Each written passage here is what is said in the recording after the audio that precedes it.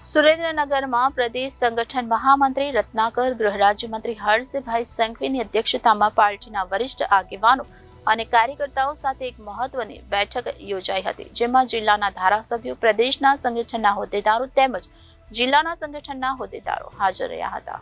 હાલમાં લોકસભાની ચૂંટણીને લઈ તમામ પાર્ટીઓ મેદાનમાં છે, ત્યારે ચૂંટણી સમયે ગુજરાતના રાજકારણમાં ગરમાવો જોવા મળી રહ્યો છે.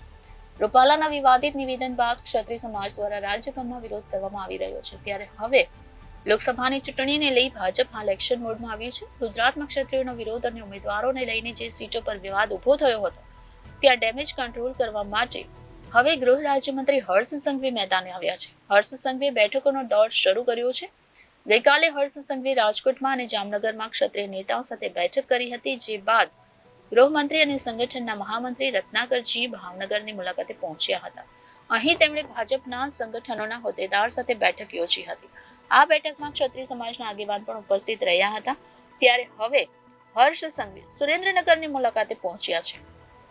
ગૃહ રાજ્યમંત્રી હર્ષ સંઘવી સુરેન્દ્રનગરમાં ખાનગી હોટેલમાં ભાજપ ક્ષત્રિય આગેવાનો સાથે બેઠક યોજી હતી. આ બેઠકમાં ધારાસભ્યો, સાંસદ, સંગઠનના પદાધિકારીઓ હાજર રહ્યા હતા. ક્ષત્રિય સમાજના આગેવાનોમાં ધારાસભ્ય કિરીટસિંહ રાણા, જિલ્લા ભાજપ પ્રમુખ હિતેન્દ્રસિંહ ચૌહાણ, આઈ.કે. જાડેજા સહિત જિલ્લાના ક્ષત્રિય સમાજના આગેવાનો સાથે બંધ બારણે ચર્ચા કરવામાં આવી હતી.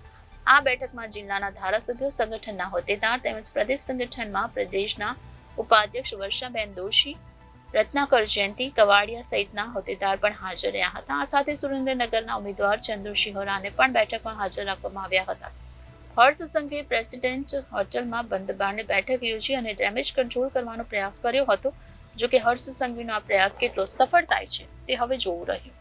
Bureau report, Janadesh news, Surendranagar.